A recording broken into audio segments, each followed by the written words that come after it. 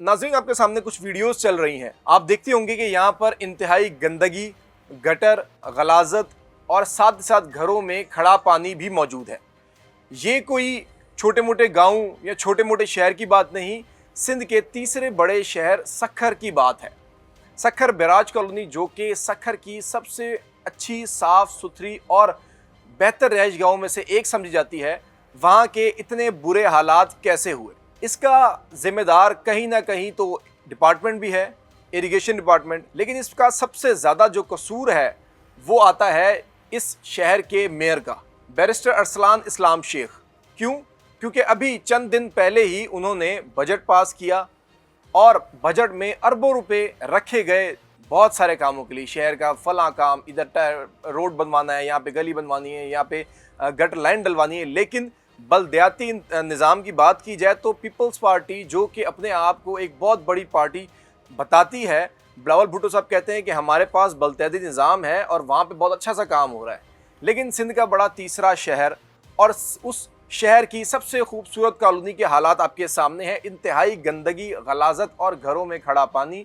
लोग वज़ू करने से भी अब चले गए हैं।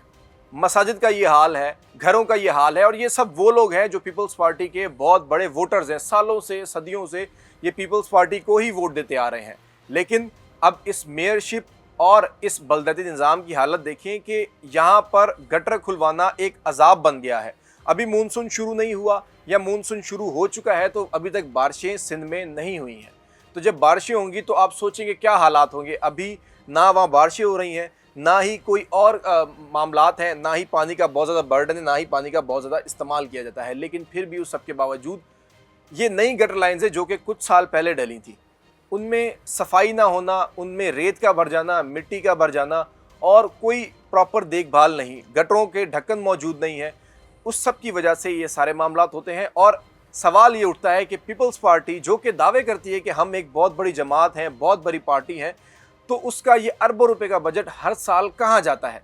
गटरों के ढक्कन नहीं होते तो ईंटें पूरी की पूरी गटर लाइनों में होती हैं और वो गटर लाइनें बंद होने की वजह से इस कॉलोनी में पुराने क्वार्टर्स हैं जो कि गलियों से कुछ नीचे भी हैं, कुछ 2 फुट नीचे हैं, कुछ 1 फुट नीचे हैं और कुछ गलियों के लेवल पर हैं। लेकिन वजह यह है कि अगर यहाँ की सफाई नहीं होती, यहाँ की टेक केयर नहीं की जाती, तो बराए मेहरबानी आप लोग ये बजट पास करना छोड़ दें या फिर अपना ये बलदियाती निज़ाम अपने पास रखें। दोबारा वोट मांगने ना आइएगा। शहरियों की वहाँ पे दुआएं हैं कि भाई हम लोग किस को दे के वोट फंस गए हैं, हम लोग क्या कर रहे हैं। ना वहाँ पर इरिगेशन के चीफ इंजीनियर साहब जो यहाँ पर मौजूद हैं, उनकी कोई सुनने वाला नहीं है, ना ही वो किसी किस्म की कोई कार्रवाई करते हैं, ना ही किसी किस्म का कोई एक्शन लिया जाता है, क्योंकि वो इन चीज़ों को देखते ही नहीं हैं। अफसरान जो हैं कभी भी गरीबों की रिहाइश गाह में नहीं जाते कि भाई उनकी दीवार टूटी हुई है, छत पर पंखा नहीं है, बिजली नहीं है, किसी किस्म की कोई एक्टिविटी नहीं है। 6 से 7 दिन हो गए हैं, यौम आशूरा से पहले से ही उस इलाके की मोटरें बंद हैं, साफ़ सफाई नहीं हो रही है, पता नहीं कहाँ से ये लाइनें चौक है। लेकिन हज़ारों की तादाद में जो वहाँ पर रहायशी हैं वो इंतहाई परेशान है। तो गुजारिश है आला हुकाम से कि इसके ऊपर जल्द अज जल्द नोटिस लिया जाए और जो लोग सुस्त रवि का शिकार हैं या जो लोग इस चीज़ में सुस्ती करते हैं या जो लोग करप्शन में मुलव्विस हैं, उनके ऊपर भी सख्त से सख्त कार्रवाई की जाए।